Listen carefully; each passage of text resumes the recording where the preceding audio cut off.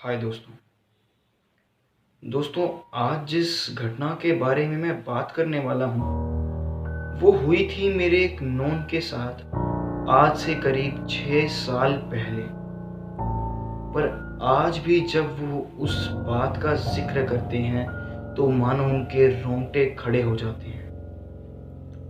दोस्तों, मैं बात कर रहा हूँ अपने नॉन प्रतीक की, जो कि 6 साल पहले चित्तौड़गढ़ में स्टडीज कर रहे थे और रह रहे थे अपने 3 और दोस्तों के साथ अपने पीजी में। उनके पीजी के पास में ही एक पहाड़ी थी जो कि बहुत बदनाम थी, और बदनाम थी उधर होने वाली असामान्य घटनाओं के कारण। वहां पे लोगों के साथ हो चुकी पैरानॉर्मल एक्टिविटीज की घटनाएं इतनी बढ़ चुकी थी कि उस पहाड़ी पर कोई जाने से भी डरता था, और गवर्नमेंट ने शाम होते ही वहां एंट्री रिस्ट्रिक्ट कर दी थी। पर प्रतीक और उसके दोस्तों को हमेशा से ही क्यूरियोसिटी थी कि किसी रात जाकर इस पहाड़ी को एक्सप्लोर जरूर करना है। आखिर देखें तो सही कि यहाँ के बारे में इतनी अफवाहें उड़ी हुई हैं, वो सच हैं भी कि नहीं। पर हर बार जब भी वो प्रोग्राम बनाते, कोई ना कोई डरपोक उस प्रोग्राम को कैंसिल करवा देता।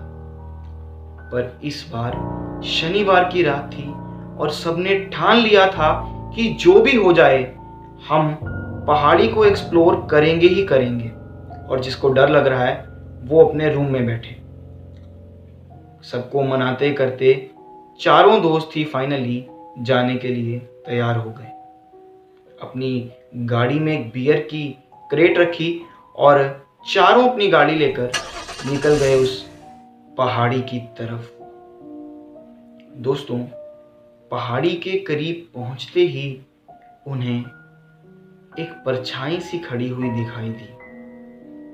उन्हें लग रहा था कि शायद जिस काम के लिए वो आए हैं, जिस एक्सप्लोरेशन के लिए वो आए हैं, उसकी शुरुआत हो चुकी है। पर असल में वो वहां का चौकीदार था जिसे पहरे पर बिठाया गया था। प्रतीक और उसके दोस्त उस आदमी के पास गए और बात करने लगे पहाड़ी के ऊपर जाने की परमिशन की। और एज एक्सपेक्टेड उस आदमी ने उन्हें साफ इनकार कर दिया और बताने लगा कि कैसे उस पहाड़ी पर लोग जाते तो हैं, पर उनमें से वापिस आने वालों की गिनती सिर्फ 50% होती है, और जो वापिस आते भी हैं वो अपने साथ कोई ना कोई सदमा लेकर आते हैं। पर जैसे तैसे प्रतीक ने उसके हाथ में कुछ रुपए थमाए और ऊपर जाने की परमिशन ले ली और इमरजेंसी विजिट में अपने चारों का नाम रिकॉर्ड करवाकर पहाड़ी की ओर चल दिए। पहाड़ी की ठंडी ठंडी हवा तो सबको अच्छी लग रही थी, पर उसके सन्नाटे में भी रूह थर्रा देने वाला एक शोर था। पर उस टाइम एक्साइटमेंट में किसी ने भी इस बारे में सोचा नहीं और अपने सफर पर चलते रहे। रास्ते में उन्हें अपनी गाड़ी के बिल्कुल साथ कोई चलता दिखाई दिया, और लकीली वो एक गाइड था। प्रतीक को बड़ा गुस्सा आया और वो कहने लगा, यार ये लोग ऐसे ही करते हैं, हमें तो रोक रहा था पर इसने भी इसे रिश्वत दे दी होगी और अब इसे ऊपर आने दिया। खैर, बातें करते करते वो पहाड़ी के टॉप पर पहुंच गए और वही आदमी जो उन्हें रास्ते में दिखा था उसे उसी पहाड़ी के टॉप पर मिल गया। सबने उससे बातें वगैरह करी और उस आदमी ने उन्हें सुनाए वो किस्से जो उस पहाड़ी पर घटते थे। कैसे लोग एक्साइटमेंट में वहां आते थे पर अपने साथ एक ट्रॉमा लेकर जाते थे। कैसे लोगों को वहां चीखने चिल्लाने की आवाजें आती थी और कईयों के कानों को तो यहाँ का सन्नाटा ही ले बैठता था। खैर, इस आदमी से बातें करते करते और अपनी बियर एंजॉय करते करते सब ओवर ड्रंक हो गए। उन्हें लगने लगा कि मानो उस चौकीदार और उन 4 दोस्तों के अलावा भी वहां कोई है। पर किस्मत से वो सिर्फ कुछ आवारा कुत्ते थे। और दोस्त हंसी मजाक करते करते उस पहाड़ी से वापस आने लगे। पर पहाड़ी छोड़ते छोड़ते सबने सोचा कि क्यों ना इस गाइड के साथ भी एक फोटो ले ली जाए, चौकीदार को भी दिखाएंगे और उसे बताएंगे कि उसने हमसे झूठ कहा।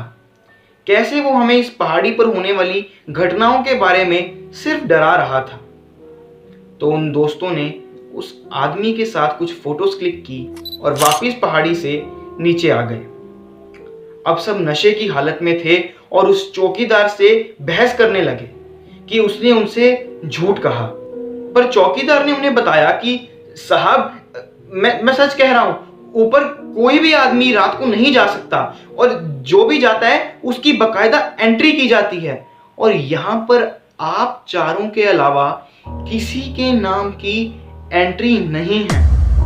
वो उसे गुस्से में वो फोटोज दिखाने लगे जो उन्होंने उस आदमी के साथ क्लिक की थी।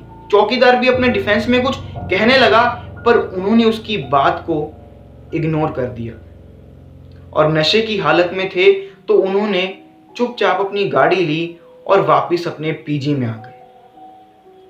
और पीजी में आने के बाद वो सवालों का सिलसिला शुरू हुआ जो उनके दिमाग को बुरी तरह से हिला चुका था। वो सवाल ये था कि 20 या 30 की स्पीड पर चलती हुई गाड़ी में बैठे लोगों को जो आदमी अपने साथ चलता दिखाई दे रहा था, वो आदमी पैदल सफर करता हुआ उनके साथ एग्जैक्टली उसी टाइम पे पहाड़ी के टॉप पे कैसे पहुंच गया। और ये रोड भी वन वे थी। एक बार ये आदमी नजर आया और दूसरी बार नजर ही नहीं आया, तो कैसे ये उनके साथ पहाड़ी के टॉप पर पहुंच गया। खैर, वो सब रात को रूम में डरते डरते नशे की हालत में कंफ्यूज्ड सो तो गए, पर सुबह जो उन सब ने अपने होशो हवास में देखा वो उनके होश उड़ाने के लिए काफी था। रात को क्लिक की गई फोटोज पे जब उनकी नजर गई तो उस फोटो में उन चारों के अलावा कोई और आदमी था ही नहीं। दोस्तों, ये कहानी आज भी मैं किसी से कहता हूं तो मेरे रोंगटे खड़े हो जाते हैं। आप में से कई लोग कहेंगे कि यार नशे की हालत में थे तो हो सकता है कि उन्हें हेल्यूसिनेशंस हो रही हों। पर अपने आप से एक सवाल करिएगा कि क्या 4 लोगों को एक वक्त पे एक ही हेल्यूसिनेशन हो सकती है? और नशे की हालत में तो वो बाद में थे। पहाड़ी को जब वो चढ़ रहे थे उस समय तो वो सब नशे की हालत में नहीं थे। उस समय जो आदमी उन्हें नजर आया वो कौन था? दोस्तों, सोचिए, शायद ये चीजें हमारे आसपास ही हैं, पर जाने अनजाने में हम इनके अस्तित्व को चैलेंज करते हैं और हो ना हो ये कभी ना कभी हमें अपना वजूद जरूर दिखा कर जाती हैं। तो दोस्तों, ये थी एक मिस्ट्री जो कि आज तक अनसॉल्व्ड है। कैसी लगी आपको ये कहानी मुझे कमेंट बॉक्स में ज़रूर बताइएगा और आप किस मिस्ट्री के बारे में जानना चाहेंगे हमें ज़रूर बताइए। चैनल अच्छा लगे तो इसे सब्सक्राइब करिएगा और वीडियो अच्छी लगे तो इसे लाइक करिएगा। मिलते हैं अगली बार किसी ऐसी ही मिस्ट्री के साथ।